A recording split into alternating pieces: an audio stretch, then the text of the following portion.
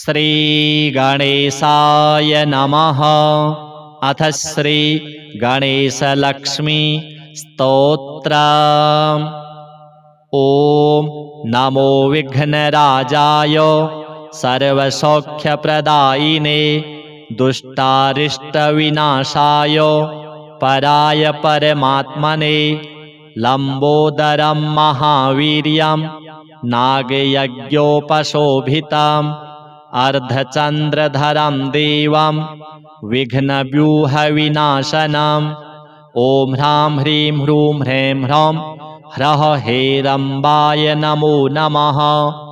सर्वसिद्धिप्रदोषित्वं सिद्धिबुद्धिप्रदो भव चिन्तितार्थप्रदस्त्वं हि सततं मोदकप्रियः सिन्दूरारुणवस्त्रैश्च पूजितो वरदायकः इदं गणपतिस्तोत्रं यः पठेत् भक्तिमान्नरः तस्य देहं च गेहं च स्वयं लक्ष्मीर्न मुञ्चति। अथ श्रीसूक्तम्।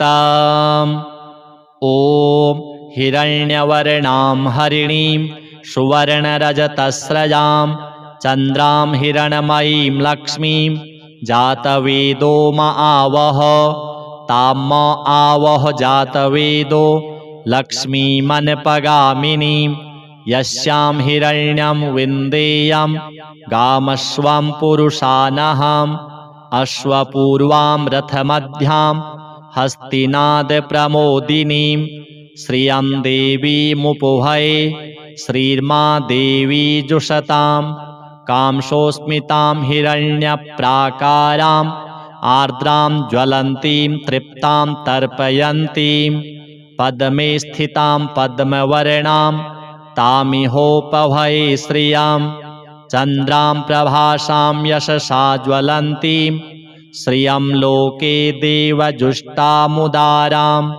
तां पद्मिनीमीं शरणं प्रपद्ये अलक्ष्मीर्मे नश्यतां त्वां वृणे आदित्यवर्णे तपसोऽधिजातो वनस्पतिस्तौ वृक्षोऽथ बिल्वः तस्य फलानि तपसा नुदन्तु या अन्तरायाश्च बाह्या अलक्ष्मीः उपैतु मां देवसखः कीर्तिश्च मणिनाशः प्रादुर्भूतोऽस्मि राष्ट्रेऽस्मिन् कीर्तिमृद्धिं ददातु मे क्षुत्पिपासामलां ज्येष्ठाम् अलक्ष्मीं नाशयाम्यहम् अभूतिं समृद्धिं च सर्वां निर्णुद मे गृहात् गन्धद्वारां दुराधर्षां नित्यपुष्टां करीषिणीम् ईश्वरीं सर्वभूतानां तामिहोपभये श्रियां मनसः काममाकुतिं वाचः सत्यमसीमहि पशूनां रूपमन्नस्य मयि श्रीः श्रयतां यशः कर्दमेन प्रजाभूता मयि सम्भव कर्दम श्रियं वासय मे कुले मातरं पद्ममालिनीम् आपः सृजन्तु स्निग्धानि चिकलितवस मे गृहे निच देवीं मातरं श्रियं वासय मे कुले आर्द्रां पुष्करिणीं पुष्टिं पिङ्गलां पद्ममालिनीं चन्द्रां हिरण्मयीं लक्ष्मीं जातवेदो म आवह आर्द्रां यः करिणीं यष्टिं सुवर्णां हेममालिनीं सूर्यां हिरण्मयीं लक्ष्मीं जातवेदो म आवह ताम आवह जातवेदो लक्ष्मीमनपगामिनीं यस्यां हिरण्यं प्रभूतं गावो दास्योऽश्वान् विन्देयं पुरुषानहम् यः शुचिः प्रयतो भूत्वा जुहुयादाज्यमन्वहम् सूक्तं पञ्चदशर्चं च श्रीकामः सततं जपेत्। अथ श्री कनकधारा स्तोत्रम्।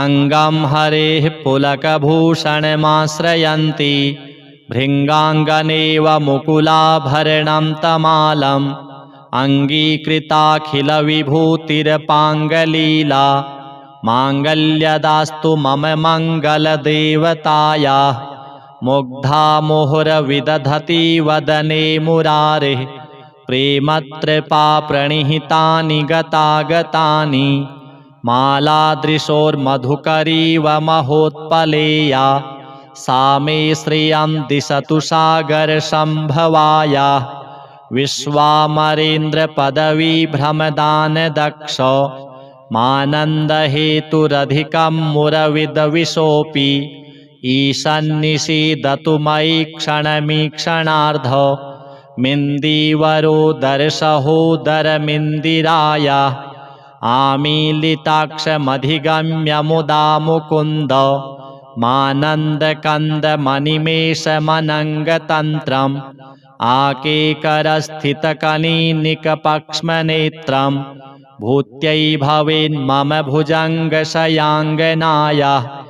बाहुवन्तरे मधुजितः श्रितकौस्तुभेया हारावलीव हरिनीलमयी विभाति कामप्रदा भगवतोऽपि कटाक्षमाला कल्याणमावहतु मे कमलालयायाः कालाम्बुदालिललितो रसिकैटभारिर्धाराधरे स्फुरति या तडिदङ्गनेव मातुः समस्तजगतां महनीयमूर्तिर्भद्राणि मे दिशतु भार्गवनन्दनायाः प्राप्तं पदं प्रथमतः किल यत्प्रभावान् माङ्गल्यभाजि मधुमाथिनि मन्मथेन मय्यापते तदिह मन्थरमीक्षणार्धं मन्दालसं च मकरालयकन्यकायाः दद्याद्दयानुपवनो द्रविणाम्बुधारा मस्मिन्न किञ्चन विहङ्गशिशौ विषण्णे दुष्कर्मघर्ममपनीय चिराय दूरं नारायणप्रणयिनी नयनाम्बुवाहः इष्टाविशिष्टमतयोऽपि यया दयार्द्र दृष्ट्या त्रिविष्टपपदं सुलभं लभन्ते दृष्टिः प्रहृष्टकमलोदरदीप्तिरिष्टां पुष्टिं कृषिष्ट मम पुष्करविष्टरायाः गीर्देवतेति गरुडध्वजसुन्दरीति शाकम्भरीति शशिशेखरवल्लभेति सृष्टिस्थितिप्रलयकेलिषु संस्थितायै तस्यै नमस्त्रिभुवनैकगुरोस्तरुण्यै श्रुत्यै नमोऽस्तु शुभकर्मफलप्रसूत्यै रत्यै नमोऽस्तु रमणीयगुणार्णवायै शक्त्यै नमोऽस्तु शतपत्रनिकेतनायै पुष्ट्यै नमोऽस्तु पुरुषोत्तमवल्लभायै नमोऽस्तु नालीकनिभाननायै नमोऽस्तु दुग्धोदधिजन्मभूत्यै नमोऽस्तु सोमामृतसोदरायै नमोऽस्तु नारायणवल्लभायै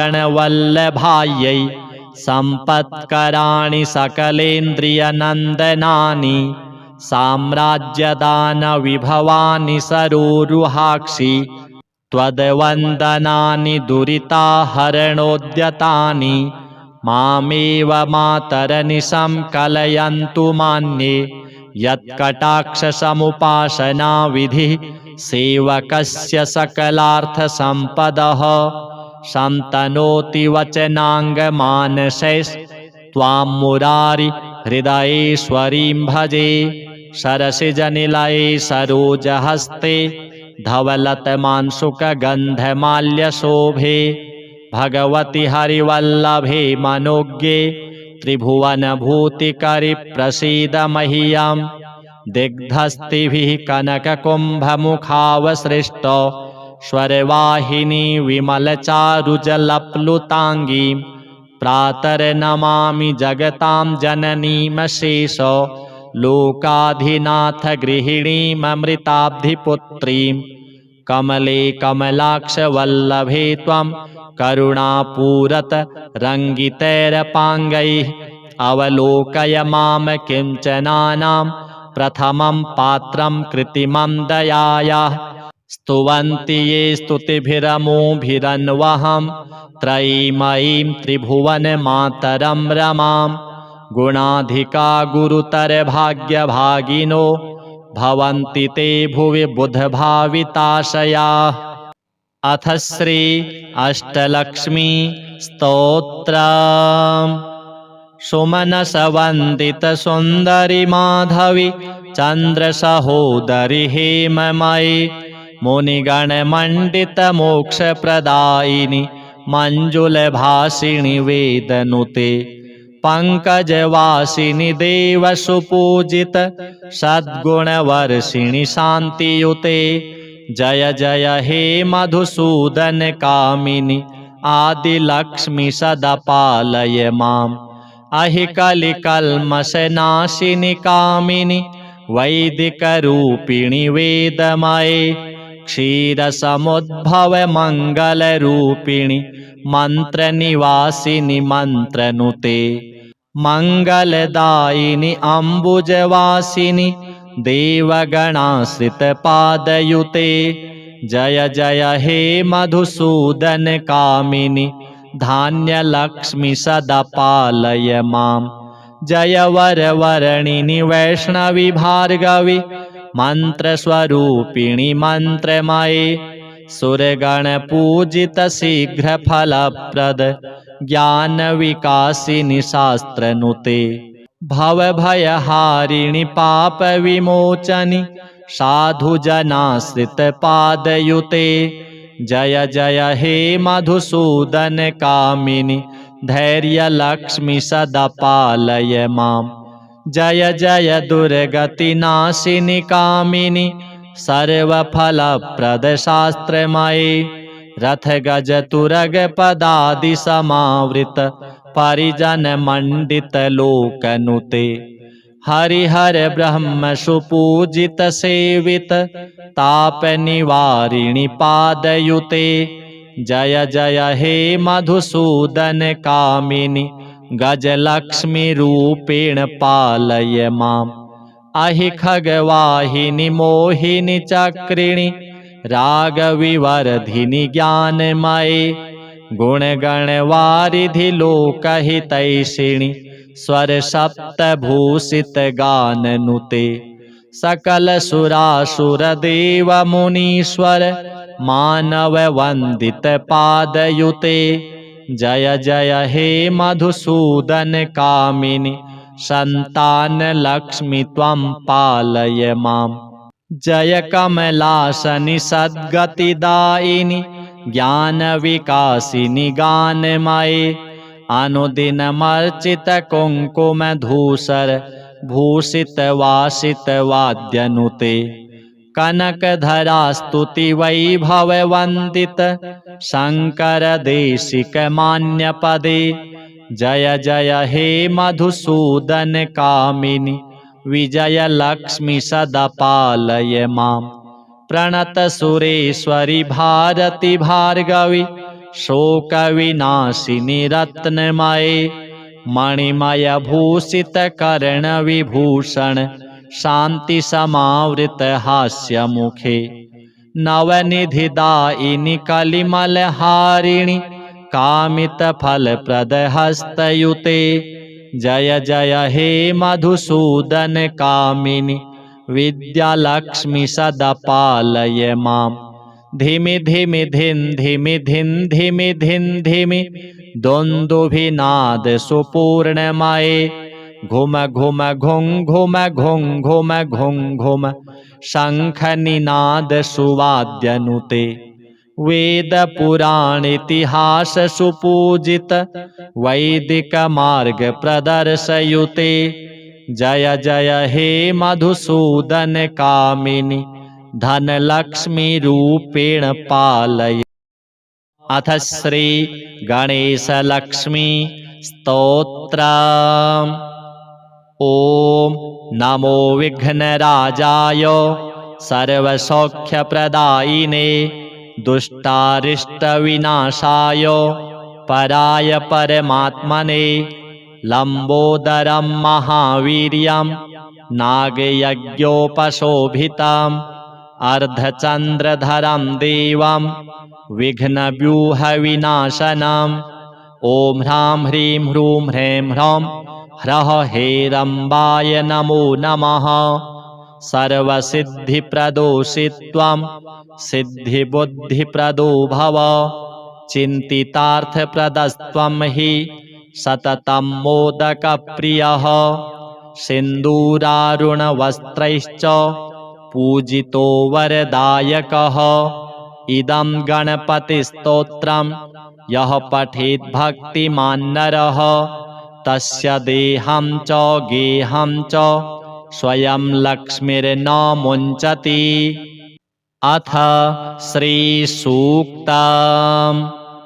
ॐ हिरण्यवर्णां हरिणीं सुवर्णरजतस्रजां चन्द्रां हिरणमयीं लक्ष्मीं जातवेदो म आवह तां म आवह जातवेदो लक्ष्मीमनपगामिनीं यस्यां हिरण्यं विन्देयं गामश्वं पुरुषानहम् अश्वपूर्वां रथमध्यां हस्तिनादप्रमोदिनीं श्रियं देवीमुपहये श्रीर्मा देवी जुषतां कांसोऽस्मितां हिरण्यप्राकाराम् आर्द्रां ज्वलन्तीं तृप्तां तर्पयन्तीं पद्मे स्थितां पद्मवर्णां तामिहोपभये श्रियां चन्द्रां प्रभासां यशसा ज्वलन्तीं श्रियं लोके देवजुष्टामुदारां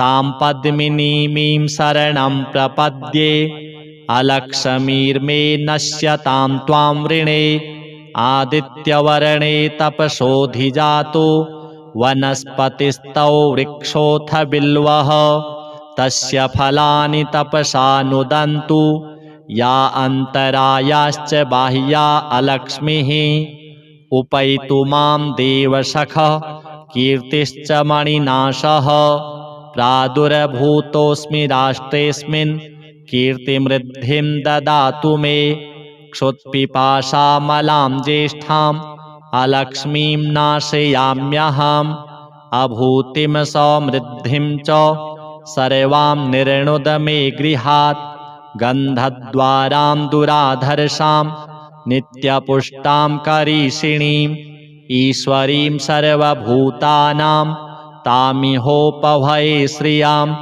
मनसः काममाकुतिं वाचः सत्यमसीमहि पशूनां रूपमन्नस्य मयि श्रीः श्रयतां यशः कर्दमेन प्रजा भूता मयि सम्भव कर्दम श्रियं वासय मे कुले मातरं पद्ममालिनीम् आपः सृजन्तु स्निग्धानि चिकलितवस मे गृहे निचो देवी मातरं श्रियं वासय मे कुले आर्द्रां पुष्करिणीं पुष्टिं पिङ्गलां पद्ममालिनीं चन्द्रां हिरणमयीं लक्ष्मीं जातवेदो म आवह आर्द्रां यः करिणीं यष्टिं सुवर्णां हेममालिनीं सूर्यां हिरणमयीं लक्ष्मीं जातवेदो म आवह तां म आवह जातवेदो लक्ष्मीमनपगामिनीं यस्यां हिरण्यं प्रभूतं गावो दास्योऽश्वान् विन्देयं पुरुषानहम् यः शुचिः प्रयतो भूत्वा जुहुयादाज्यमन्वहम् सूक्तं पञ्चदशर्चं च श्रीकामः सततं जपेत्। अथ श्री कनकधारा स्तोत्रम्। अङ्गं हरेः पुलकभूषणमाश्रयन्ति भृङ्गाङ्गनेव मुकुलाभरणं तमालम् अङ्गीकृताखिलविभूतिरपाङ्गलीला माङ्गल्यदास्तु मम मङ्गलदेवतायाः मुग्धा मुहुरविदधति वदने मुरारेः प्रेमतृपा प्रणिहितानि गतागतानि मालादृशोर्मधुकरीव महोत्पलेया सा मे श्रियं दिशतु सागरसम्भवाया विश्वामरेन्द्रपदवीभ्रमदानदक्ष मानन्दहेतुरधिकं मुरविदविशोऽपि ईशन्निषीदतु मयि क्षणमीक्षणार्ध मिन्दीवरोदरसहोदरमिन्दिराया आमीलिताक्षमधिगम्य मुदा मुकुन्द मानन्दकन्दमनिमेषमनङ्गतन्त्रम् आकेकरस्थितकनीनिकपक्ष्मनेत्रम् भूत्यै भवेन्मम भुजङ्गशयाङ्गनायाः बाहुवन्तरे मधुजितः श्रितकौस्तुभेया हारावलीव हरिनीलमयी विभाति कामप्रदा भगवतोऽपि कटाक्षमाला कल्याणमावहतु मे कमलालयायाः कालाम्बुदालिललितो रसिकैटभारिर्धाराधरे स्फुरति या तडिदङ्गनेव मातुः समस्तजगतां महनीयमूर्तिर्भद्राणि मे दिशतु भार्गवनन्दनायाः प्राप्तं पदं प्रथमतः किल यत्प्रभावान् माङ्गल्यभाजि मधुमाथिनि मन्मथेन मय्यापतेत्तदिह मन्थरमीक्षणार्धं मन्दालसं च मकरालयकन्यकायाः दद्याद्दयानुपवनो द्रविणाम्बुधारा मस्मिन्न किञ्चन विहङ्गशिशौ विषण्णे दुष्कर्म घर्ममपनीय चिराय दूरं नारायण प्रणयिनी नयनाम्बुवाहः इष्टाविशिष्टमतयोऽपि यया दयार्द्र दृष्ट्या त्रिविष्टपपदं सुलभं लभन्ते दृष्टिः प्रहृष्टकमलोदरदीप्तिरिष्टां पुष्टिं कृषिष्ट मम पुष्करविष्टरायाः गीर्देवतेति गरुडध्वजसुन्दरीति शाकम्भरीति शशिशेखरवल्लभेति सृष्टिस्थितिप्रलयकेलिषु संस्थितायै तस्यै नमस्त्रिभुवनैकगुरोस्तरुण्यै श्रुत्यै नमोऽस्तु शुभकर्मफलप्रसूत्यै रत्यै नमोऽस्तु रमणीयगुणार्णवायै शक्त्यै नमोऽस्तु शतपत्रनिकेतनायै पुष्ट्यै नमोऽस्तु पुरुषोत्तमवल्लभायै नमोऽस्तु नालीकनिभाननायै नमोऽस्तु दुग्धोदधिजन्मभूत्यै नमोऽस्तु सोमामृतसोदरायै नमोऽस्तु नारायणवल्लभायै सम्पत्कराणि सकलेन्द्रियनन्दनानि साम्राज्यदानविभवानि सरोरुहाक्षि त्वद्वन्दनानि दुरिताहरणोद्यतानि मामेव मातरनिशं कलयन्तु मान्ये यत्कटाक्षसमुपासनाविधिः सेवकस्य सकलार्थसम्पदः सन्तनोति वचनाङ्गमानसैस्त्वां मुरारि हृदयेश्वरीं भजे सरसिजनिलये सरोजहस्ते धवलतमांशुकगन्धमाल्यशोभे भगवति हरिवल्लभे मनोज्ञे त्रिभुवनभूतिकरि प्रसीद मह्यं दिग्धस्तिभिः कनककुम्भमुखावसृष्ट स्वरवाहिनी विमलचारुजलप्लुताङ्गीं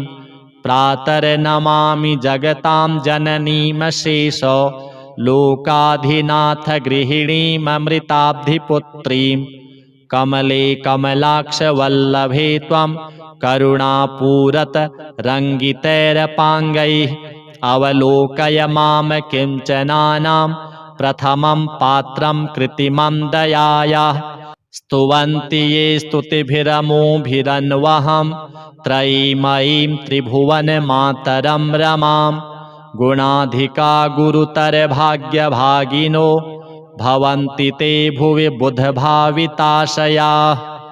अथ श्री अष्टलक्ष्मी स्तोत्रम्। सुमनसवन्दित सुन्दरि माधवी चन्द्रसहोदरि हेममयि मुनिगणमण्डित मोक्षप्रदायिनि मञ्जुलभासिनि वेदनुते पंकजवासिनि देवसुपूजित सद्गुणवर्षिणि शान्तियुते जय जय हे मधुसूदन कामिनि आदिलक्ष्मि सदा पालय माम्। अहि कलिकल्मषनाशिनि कामिनि वैदिकरूपिणि वेदमये क्षीरसमुद्भव मङ्गलरूपिणि मन्त्रनिवासिनि मन्त्रनुते मङ्गलदायिनि अम्बुजवासिनि देवगणाश्रितपादयुते जय जय हे मधुसूदन कामिनि धान्यलक्ष्मि सदा पालय माम्।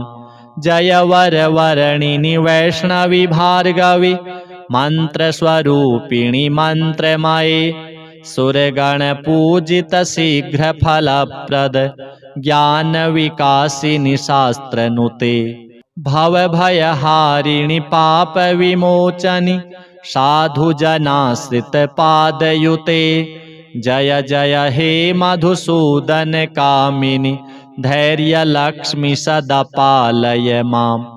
जय जय दुर्गतिनाशिनि कामिनि सर्वफलप्रद शास्त्रमये रथगजतुरगपदादि समावृत परिजनमण्डित लोकनुते हरिहर ब्रह्म सुपूजित सेवित तापनिवारिणि पादयुते जय जय हे मधुसूदन कामिनि गजलक्ष्मी रूपेण पालय माम्।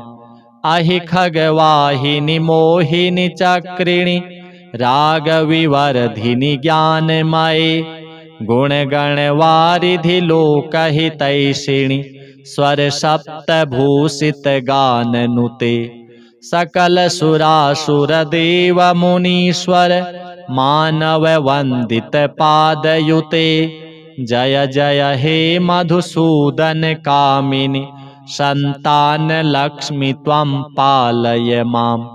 जय कमलासनि सद्गतिदायिनि ज्ञान विकासिनि गानमये अनुदिनमर्चित कुंकुम धूसर भूषित वासित वाद्यनुते कनकधरा स्तुति वैभव वंदित शंकर देशिक मान्य पदे जय जय हे मधुसूदन कामिनि विजय लक्ष्मी सदा पालय माम्।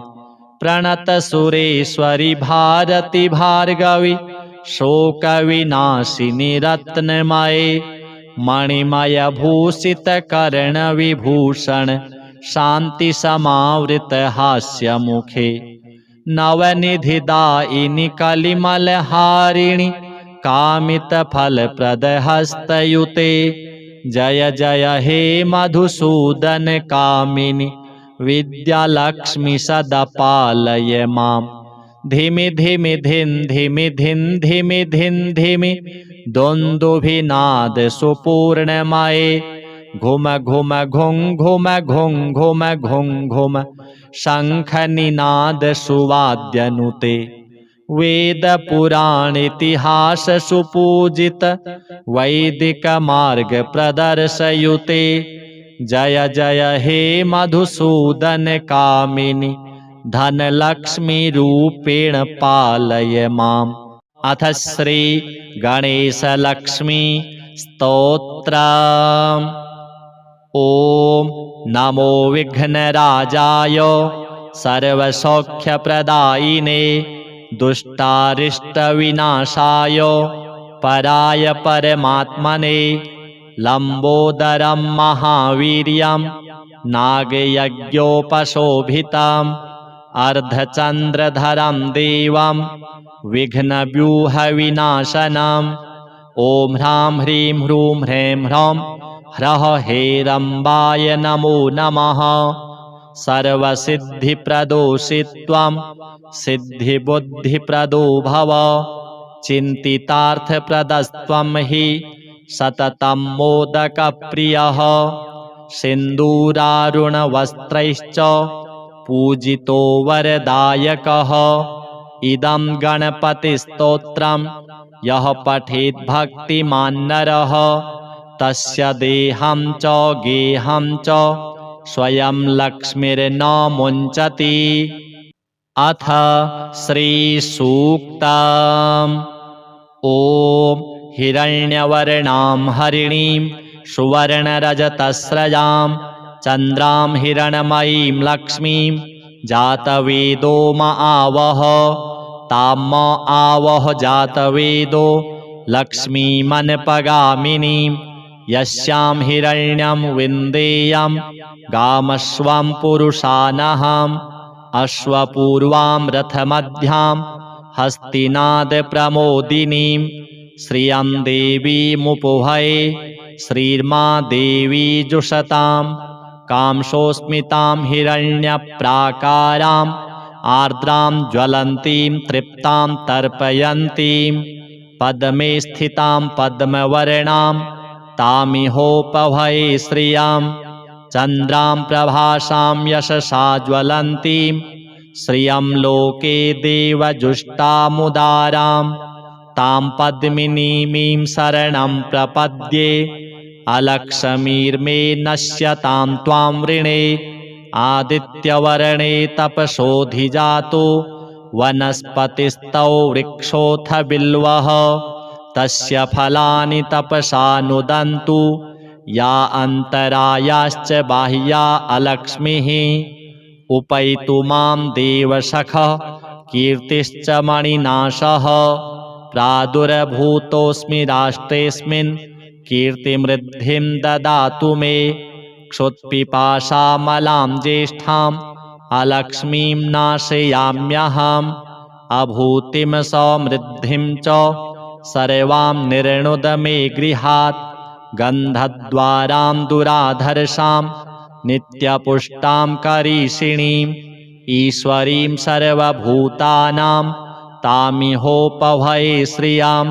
मनसः काममाकुतिं वाचः सत्यमसीमहि। पशूनां रूपमन्नस्य मयि श्रीः श्रयतां यशः। कर्दमेन प्रजा भूता मयि सम्भव कर्दम। श्रियं वासय मे कुले मातरं पद्ममालिनीम्। आपः सृजन्तु स्निग्धानि चिकलितवस मे गृहे। निच देवीं मातरं श्रियं वासय मे कुले। आर्द्रां पुष्करिणीं पुष्टिं पिङ्गलां पद्ममालिनीं।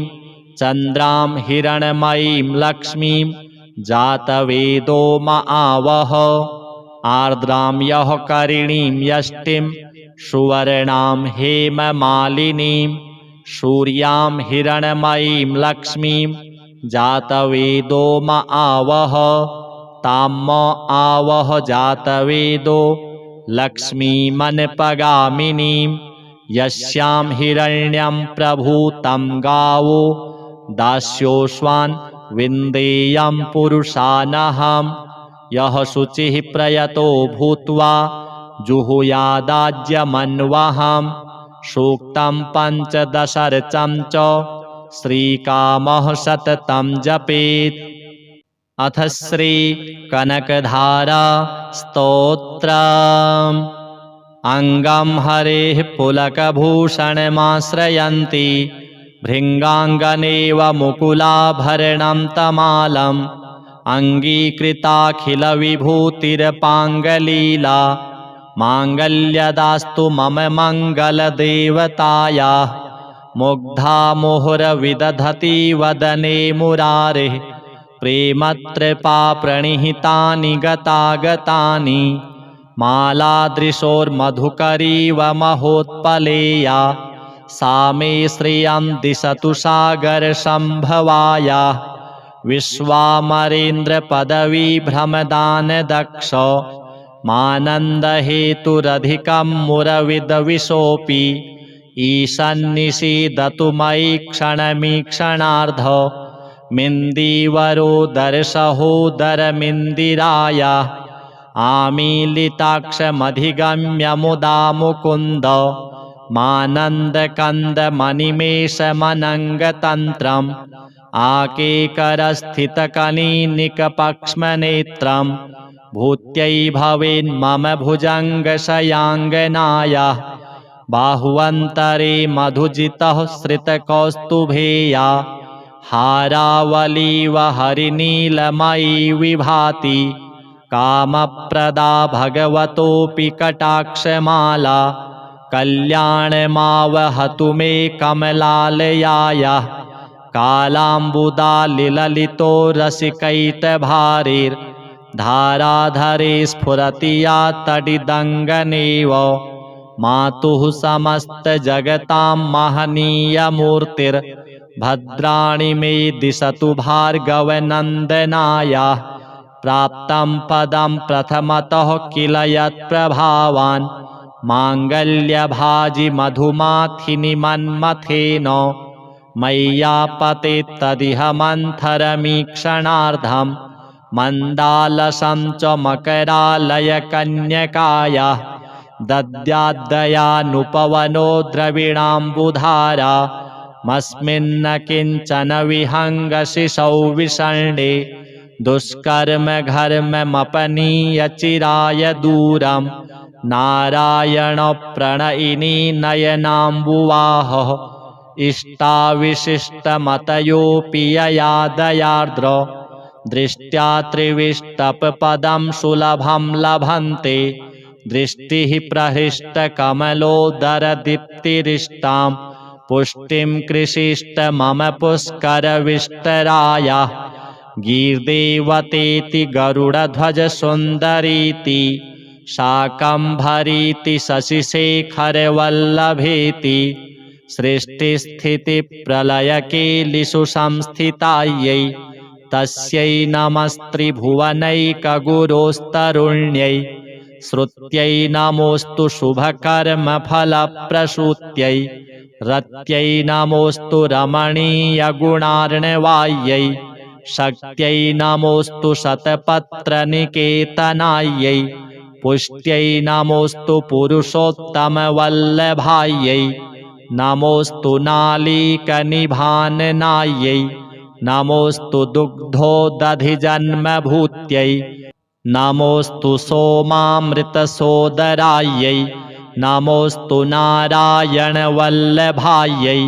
सम्पत्कराणि सकलेन्द्रियनन्दनानि साम्राज्यदानविभवानि सरोरुहाक्षि त्वद्वन्दनानि दुरिताहरणोद्यतानि मामेव मातरनिशं कलयन्तु मान्ये यत्कटाक्षसमुपासनाविधिः सेवकस्य सकलार्थसम्पदः शन्तनोति वचनाङ्गमानसैस्त्वां मुरारि हृदयेश्वरीं भजे सरसिजनिलये सरोजहस्ते धवलतमांशुकगन्धमाल्यशोभे भगवति हरिवल्लभे मनोज्ञे त्रिभुवनभूतिकरि प्रसीद मह्यं दिग्धस्तिभिः कनककुम्भमुखावसृष्ट स्वरवाहिनी विमलचारुजलप्लुताङ्गीं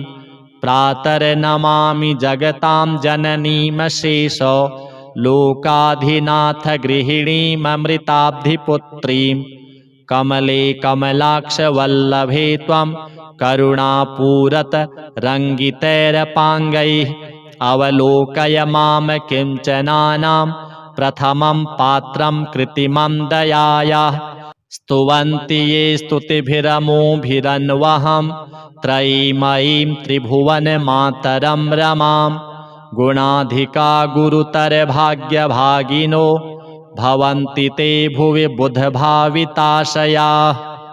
अथ श्री अष्टलक्ष्मी स्तोत्रम्।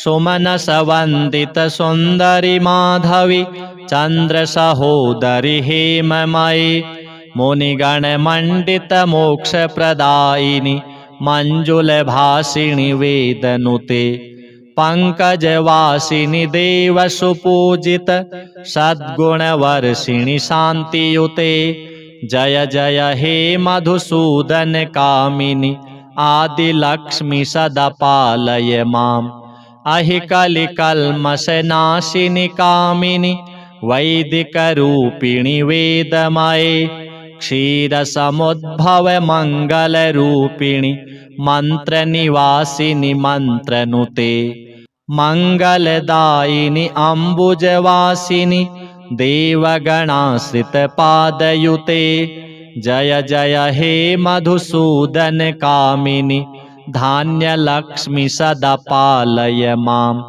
जय वरवर्णिनि वैष्णवि भार्गवि मन्त्रस्वरूपिणि मन्त्रमये सुरगणपूजित शीघ्रफलप्रद ज्ञानविकासिनि शास्त्रनुते भवभयहारिणि पापविमोचनि साधुजनाश्रितपादयुते जय जय हे मधुसूदन कामिनि धैर्यलक्ष्मि सदा पालय माम् जय जय दुर्गतिनाशिनि कामिनि सर्वफलप्रदशास्त्रमये रथगजतुरगपदादिसमावृत परिजनमण्डितलोकनुते हरिहर ब्रह्म सुपूजित सेवित तापनिवारिणि पादयुते जय जय हे मधुसूदन कामिनि गजलक्ष्मि रूपेण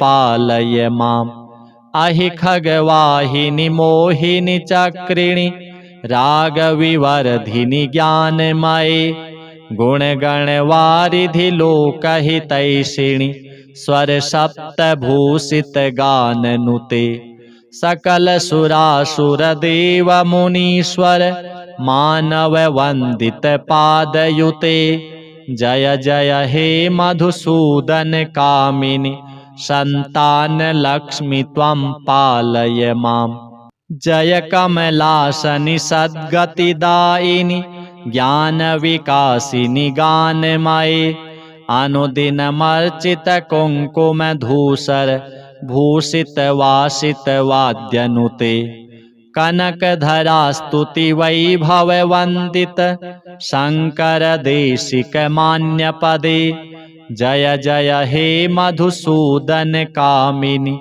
विजयलक्ष्मि सदा पालय माम् प्रणत सुरेश्वरि भारति भार्गवि शोकविनाशिनि रत्नमये मणिमय भूषित कर्णविभूषण शान्ति समावृत हास्यमुखे नवनिधिदायिनि कलिमलहारिणि कामितफलप्रद हस्तयुते जय जय हे मधुसूदन कामिनि विद्यालक्ष्मि सदा पालय माम् धिमि धिमि धिन् धिमि धिन् धिमि धिन् धिमि द्वन्द्वभिनाद सुपूर्णमये घुम घुम घुं घुम घुं घुम घुं घुम शङ्खनिनाद सुवाद्यनुते वेद पुराण इतिहास सुपूजित वैदिक मार्ग प्रदर्शयुते जय जय हे मधुसूदन कामिनि धनलक्ष्मि रूपेण पालय अथ श्री गणेशलक्ष्मी स्तोत्रम् ॐ नमो विघ्नराजाय सर्वसौख्यप्रदायिने दुष्टारिष्टविनाशाय पराय परमात्मने लम्बोदरं महावीर्यं नागयज्ञोपशोभितम् अर्धचन्द्रधरं देवं विघ्नव्यूहविनाशनम् ॐ ह्रां ह्रीं ह्रूं ह्रैं ह्रौं ह्रः हेरम्बाय नमो नमः सर्वसिद्धिप्रदोषित्वं सिद्धिबुद्धिप्रदो भव। चिन्तितार्थप्रदस्त्वं हि सततं मोदकप्रियः। सिन्दूरारुणवस्त्रैश्च पूजितो वरदायकः। इदं गणपतिस्तोत्रं यः पठेत् भक्तिमान् नरः तस्य देहं च गेहं च स्वयं लक्ष्मीर्न मुञ्चति। अथ श्रीसूक्तम्। ॐ हिरण्यवर्णां हरिणीं सुवर्णरजतस्रजां चन्द्रां हिरण्मयीं लक्ष्मीं जातवेदो म आवह। तां म आवह जातवेदो लक्ष्मीमनपगामिनीं। यस्यां हिरण्यं विन्देयं गामश्वं पुरुषानहम्। अश्वपूर्वां रथमध्यां हस्तिनादप्रमोदिनीं। श्रियं देवीमुपभये श्रीर्मा देवी जुषतां। कांसोऽस्मितां हिरण्यप्राकाराम् आर्द्रां ज्वलन्तीं तृप्तां तर्पयन्तीं। पद्मे स्थितां पद्मवर्णां तामिहोपभये श्रियं। चन्द्रां प्रभासां यशसा ज्वलन्तीं श्रियं लोके देवजुष्टामुदारां। तां पद्मिनीमीं शरणं प्रपद्ये अलक्ष्मीर्मे नश्यतां त्वां वृणे। आदित्यवर्णे तपसोऽधिजातो वनस्पतिस्तौ वृक्षोऽथ बिल्वः। तस्य फलानि तपसा नुदन्तु या अन्तरायाश्च बाह्या अलक्ष्मीः। उपैतु मां देवसखः कीर्तिश्च मणिनाशः। प्रादुर्भूतोऽस्मि राष्ट्रेऽस्मिन् कीर्तिमृद्धिं ददातु मे। क्षुत्पिपासामलां ज्येष्ठाम् अलक्ष्मीं नाशयाम्यहम्। अभूतिं समृद्धिं च सर्वां निर्णुद मे गृहात्। गन्धद्वारां दुराधर्षां नित्यपुष्टां करीषिणीम्। ईश्वरीं सर्वभूतानां तामिहोपभये श्रियां। मनसः काममाकुतिं वाचः सत्यमसीमहि। पशूनां रूपमन्नस्य मयि श्रीः श्रयतां यशः। कर्दमेन प्रजा भूता मयि सम्भव कर्दम। श्रियं वासय मे कुले मातरं पद्ममालिनीम्। आपः सृजन्तु स्निग्धानि चिकलितवस मे गृहे। निच देवीं मातरं श्रियं वासय मे कुले। आर्द्रां पुष्करिणीं पुष्टिं पिङ्गलां पद्ममालिनीं। चन्द्रां हिरण्मयीं लक्ष्मीं जातवेदो म आवह। आर्द्रां यः करिणीं यष्टिं सुवर्णां हेममालिनीं। सूर्यां हिरण्मयीं लक्ष्मीं जातवेदो म आवह। तां म आवह जातवेदो लक्ष्मीमनपगामिनीं। यस्यां हिरण्यं प्रभूतं गावो दास्योऽश्वान् विन्देयं पुरुषानहम्। यः शुचिः प्रयतो भूत्वा जुहुयादाज्यमन्वहम्। सूक्तं पञ्चदशर्चं च श्रीकामः सततं जपेत्। अथ श्री कनकधारा स्तोत्रम्। अङ्गं हरेः पुलकभूषणमाश्रयन्ति भृङ्गाङ्गनेव मुकुलाभरणं तमालम्। अङ्गीकृताखिलविभूतिरपाङ्गलीला माङ्गल्यदास्तु मम मङ्गलदेवतायाः। मुग्धा मुहुरविदधति वदने मुरारेः प्रेमतृपा प्रणिहितानि गतागतानि। मालादृशोर्मधुकरीव महोत्पलेया सा मे श्रियं दिशतु सागरसम्भवाया।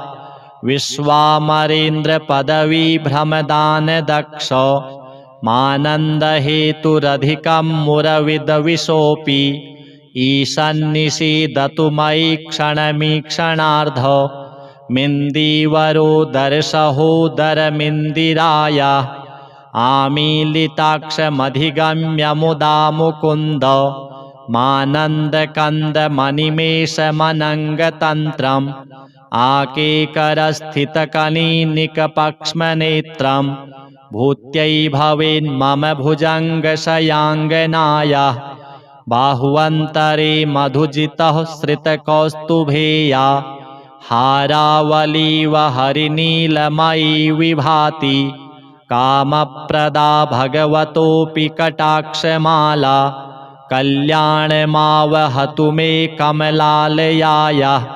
कालाम्बुदालिललितो रसिकैटभारिर्धाराधरे स्फुरति या तडिदङ्गनेव मातुः समस्तजगतां महनीयमूर्तिर्भद्राणि मे दिशतु भार्गवनन्दनाया प्राप्तं पदं प्रथमतः किल यत्प्रभावान् माङ्गल्यभाजि मधुमाथिनि मन्मथेन मय्यापते तदिह मन्थरमीक्षणार्धं मन्दालसं च मकरालयकन्यकाया दद्याद्दयानुपवनो द्रविणाम्बुधारा मस्मिन्न किञ्चन विहङ्गशिशौ विषण्णे दुष्कर्म घर्ममपनीय चिराय दूरं नारायण प्रणयिनी नयनाम्बुवाहः इष्टाविशिष्टमतयोऽपि यया दयार्द्र दृष्ट्या त्रिविष्टपपदं सुलभं लभन्ते दृष्टिः प्रहृष्टकमलोदरदीप्तिरिष्टां पुष्टिं कृषिष्ट मम पुष्करविष्टराया गीर्देवतेति गरुडध्वजसुन्दरीति शाकम्भरीति शशिशेखरवल्लभेति सृष्टिस्थितिप्रलयकेलिषु संस्थितायै तस्यै नमस्त्रिभुवनैकगुरोस्तरुण्यै श्रुत्यै नमोऽस्तु शुभकर्मफलप्रसूत्यै रत्यै नमोऽस्तु रमणीयगुणार्णवायै शक्त्यै नमोऽस्तु शतपत्रनिकेतनायै पुष्ट्यै नमोऽस्तु पुरुषोत्तमवल्लभायै नमोऽस्तु नालीकनिभाननायै नमोऽस्तु दुग्धोदधिजन्मभूत्यै नमोऽस्तु सोमामृतसोदरायै नमोऽस्तु नारायणवल्लभायै सम्पत्कराणि सकलेन्द्रियनन्दनानि साम्राज्यदानविभवानि सरोरुहाक्षि त्वद्वन्दनानि दुरिताहरणोद्यतानि मामेव मातरनिशं कलयन्तु मान्ये यत्कटाक्षसमुपासनाविधिः सेवकस्य सकलार्थसम्पदः सन्तनोति वचनाङ्गमानसैस्त्वां मुरारि हृदयेश्वरीं भजे सरसिजनिलये सरोजहस्ते धवलतमांशुकगन्धमाल्यशोभे भगवति हरिवल्लभे मनोज्ञे त्रिभुवनभूतिकरि प्रसीद मह्यं दिग्धस्तिभिः कनककुम्भमुखावसृष्ट स्वरवाहिनी विमलचारुजलप्लुताङ्गीं प्रातर्नमामि जगतां जननीमशेष लोकाधिनाथ गृहिणीममृताब्धिपुत्रीं कमले कमलाक्षवल्लभे त्वं करुणापूरत रङ्गितैरपाङ्गैः अवलोकय मां किञ्चनानां प्रथमं पात्रं कृत्रिमं दयायाः स्तुवन्ति ये स्तुतिभिरमोभिरन्वहं त्रयीमयीं त्रिभुवनमातरं रमां गुणाधिका गुरुतरभाग्यभागिनो भवन्ति ते भुवि बुधभाविताशयाः। अथ श्री अष्टलक्ष्मी स्तोत्रम्। सुमनसवन्दितसुन्दरि माधवी चन्द्रसहोदरि हेममयि मुनिगण मंडित मोक्ष प्रदायिनी मंजुल भाषिणी वेदनुते पंकजवासिनी देव सुपूजित सद्गुण वर्षिणी शांतियुते जय जय हे मधुसूदन कामिनी आदि लक्ष्मी सदा पालय माम अहि कलि कल्मषनाशिनी कामिनी वैदिक रूपिणी वेदमये क्षीर समुद्भव मंगल रूपिणी मंत्र निवासिनी मंत्र नुते मंगलदायिनी अम्बुजवासिनी देवगणाश्रित पादयुते जय जय हे मधुसूदन कामिनी धान्य लक्ष्मी सदा पालय माम जय वर वर्णिनी वैष्णवी भार्गवी मंत्र स्वरूपिणी मंत्रमये सुरगण पूजित शीघ्र फलप्रद ज्ञान विकासिनी शास्त्र नुते भव भय हारिणी पाप विमोचनी साधु जनाश्रित पादयुते जय जय हे मधुसूदन कामिनी धैर्य लक्ष्मी सदा पालय माम जय जय दुर्गति नाशिनी कामिनी सर्वफल प्रद शास्त्रमये रथ गज तुरग पदादि समावृत परिजन मंडित लोकनुते हरिहर ब्रह्म सुपूजित सेवित ताप निवारिणी पादयुते जय जय हे मधुसूदन कामिनी गज लक्ष्मी रूपेण पालय माम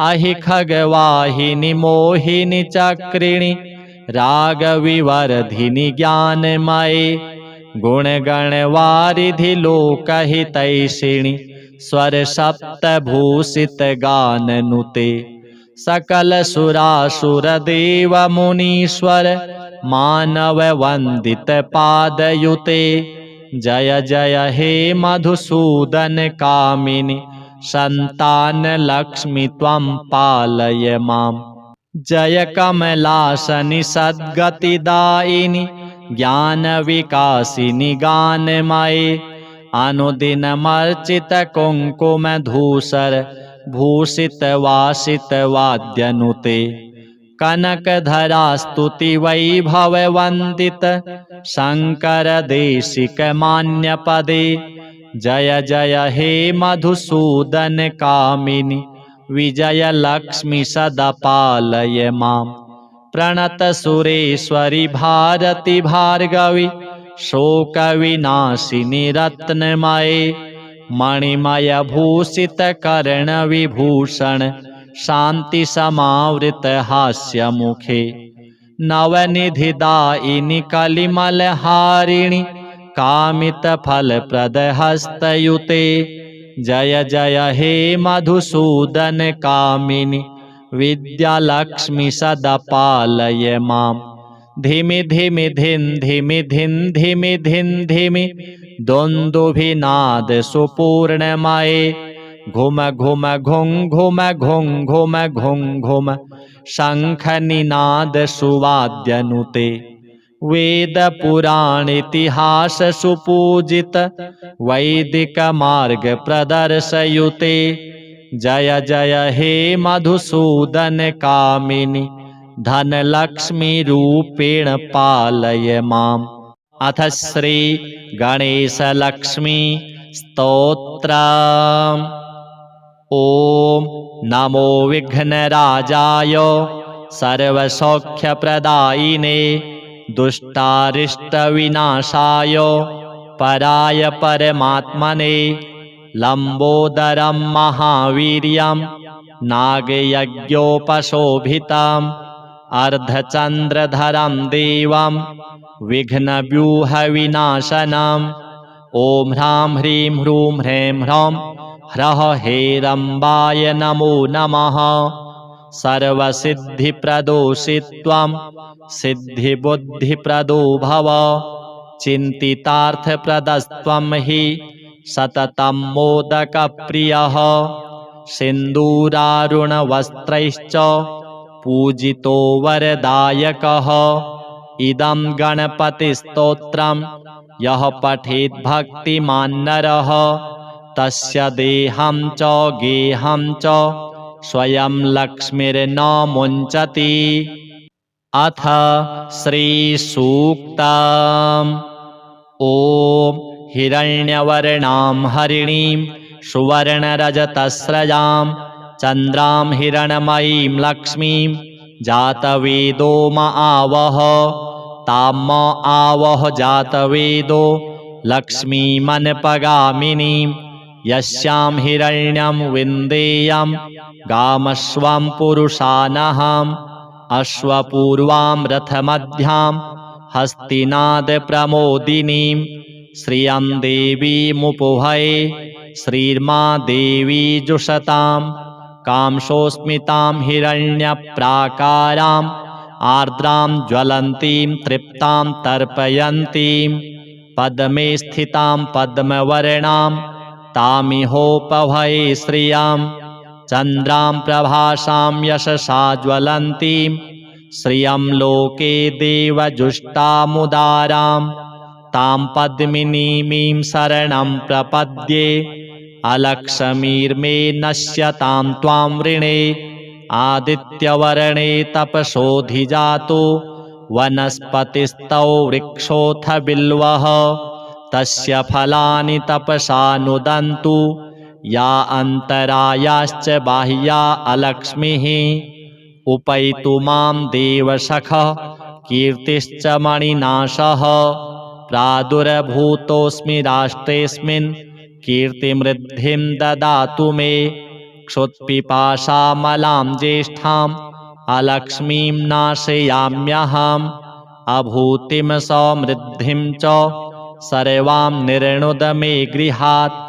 गन्धद्वारां दुराधर्षां नित्यपुष्टां करीषिणीम् ईश्वरीं सर्वभूतानां तामिहोपभये श्रियां। मनसः काममाकुतिं वाचः सत्यमसीमहि। पशूनां रूपमन्नस्य मयि श्रीः श्रयतां यशः। कर्दमेन प्रजा भूता मयि सम्भव कर्दम। श्रियं वासय मे कुले मातरं पद्ममालिनीम्। आपः सृजन्तु स्निग्धानि चिकलितवस मे गृहे। निच देवीं मातरं श्रियं वासय मे कुले। आर्द्रां पुष्करिणीं पुष्टिं पिङ्गलां पद्ममालिनीं चन्द्रां हिरण्मयीं लक्ष्मीं जातवेदो म आवह।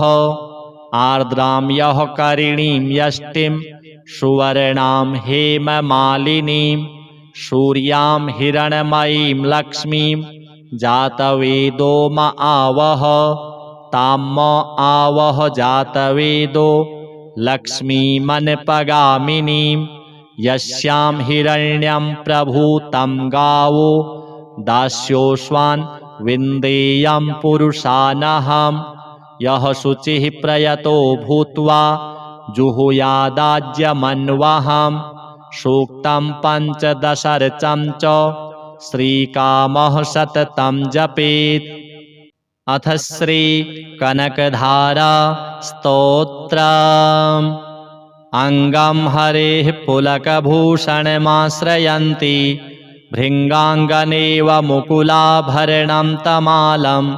अङ्गीकृताखिलविभूतिरपाङ्गलीला माङ्गल्यदास्तु मम मङ्गलदेवतायाः। मुग्धा मुहुरविदधति वदने मुरारेः प्रेमतृपा प्रणिहितानि गतागतानि। मालादृशोर्मधुकरीव महोत्पलेया सा मे श्रियं दिशतु सागरसम्भवाया। विश्वामरेन्द्रपदवीभ्रमदानदक्ष मानन्दहेतुरधिकं मुरविदविशोऽपि। ईशन्निषीदतु मयि क्षणमीक्षणार्ध मिन्दीवरोदरसहोदरमिन्दिराया। आमीलिताक्षमधिगम्य मुदा मुकुन्द मानन्दकन्दमनिमेषमनङ्गतन्त्रम् आकेकरस्थितकनीनिकपक्ष्मनेत्रम् भूत्यै भवेन्मम भुजङ्गशयाङ्गनायाः बाहुवन्तरे मधुजितः श्रितकौस्तुभेया हारावलीव हरिनीलमयी विभाति कामप्रदा भगवतोऽपि कटाक्षमाला कल्याणमावहतु मे कमलालयायाः कालाम्बुदालिललितो रसिकैतभारिर्धाराधरे स्फुरति या तडिदङ्गनेव मातुः समस्तजगतां महनीयमूर्तिर्भद्राणि मे दिशतु भार्गवनन्दनायाः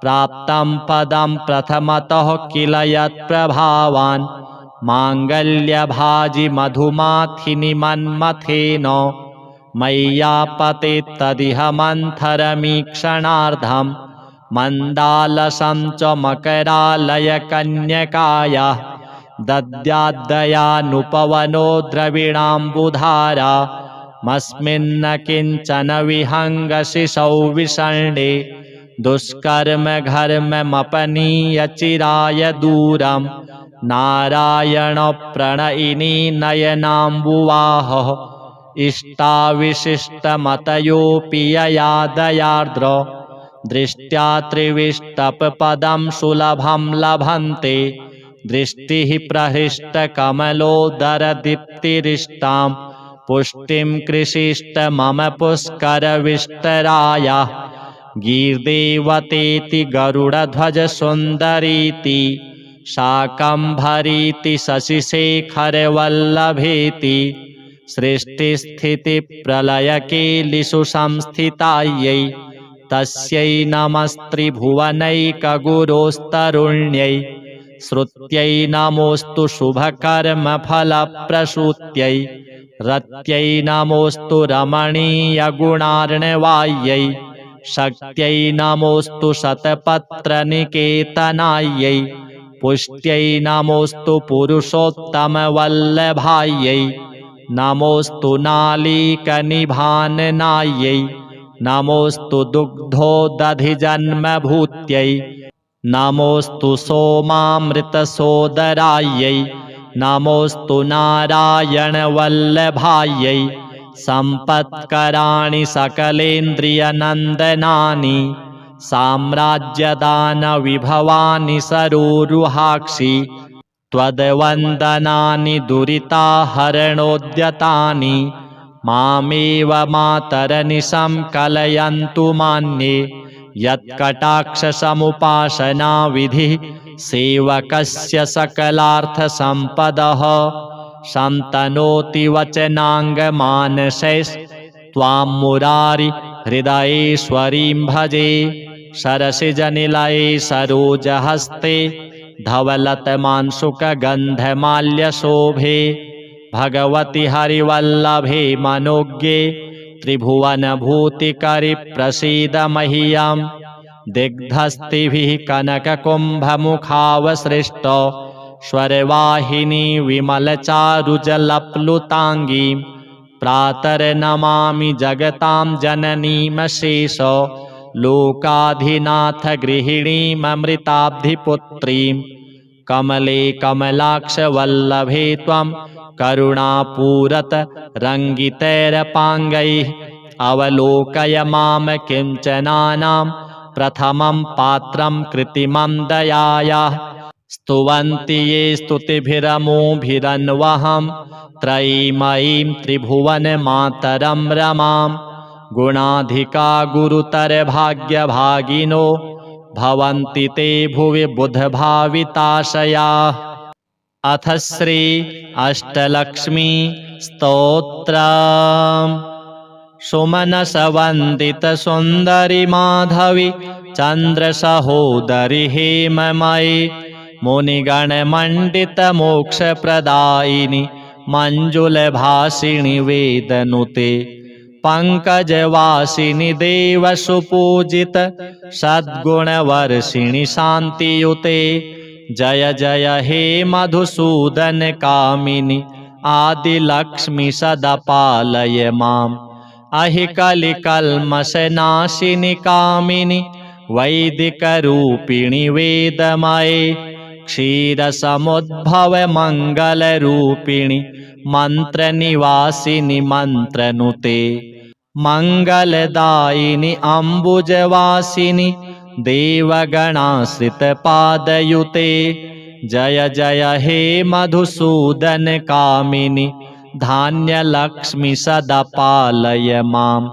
जय वरवर्णिनि वैष्णवी भार्गवी मन्त्रस्वरूपिणि मन्त्रमये सुरगणपूजित शीघ्रफलप्रद ज्ञानविकासिनि शास्त्रनुते भवभयहारिणि पापविमोचनि साधुजनाश्रितपादयुते जय जय हे मधुसूदन कामिनि धैर्यलक्ष्मी सदा पालय माम्। जय जय दुर्गतिनाशिनि कामिनि सर्वफलप्रद शास्त्रमये रथगज तुरगपदादि समावृत परिजनमण्डित लोकनुते हरिहर ब्रह्म सुपूजित सेवित तापनिवारिणि पादयुते जय जय हे मधुसूदन कामिनि गजलक्ष्मी रूपेण पालय माम्। अहि खगवाहिनि मोहिनि चक्रिणि रागविवर्धिनि ज्ञानमये गुणगणवारिधि लोकहितैषिणि स्वर सप्तभूषित गाननुते सकल सुरासुर देव मुनीश्वर मानव वंदित पादयुते जय जय हे मधुसूदन कामिनि संतान लक्ष्मी त्वं पालय माम्। जय कमलासनि सद्गतिदायिनि ज्ञान विकासिनि गानमये अनुदिनमर्चित कुंकुम धूसर भूषित वासित वाद्यनुते कनकधरा स्तुति वैभव वंदित शंकर देशिक मान्य पदे जय जय हे मधुसूदन कामिनि विजय लक्ष्मी सदा पालय माम्। प्रणत सुरेश्वरि भारती भार्गवी शोक विनाशिनि रत्नमये मणिमय भूषित कर्ण विभूषण शांति समावृत हास्य मुखे नवनिधिदायिनि कलिमल हारिणि कामित फल प्रद हस्तयुते जय जय हे मधुसूदन कामिनि विद्यालक्ष्मी सदा पालय माम्। धिमि धिमि धिन धिमि धिन धिमि धिन धिमि दोन्दुभिनाद सुपूर्णमये घुम घुम घुं घुम घुं घुम घुं घुम शंख निनाद सुवाद्यनुते वेद पुराण इतिहास सुपूजित वैदिक मार्ग प्रदर्शयुते जय जय हे मधुसूदन कामिनि धनलक्ष्मी रूपेण पालय माम्।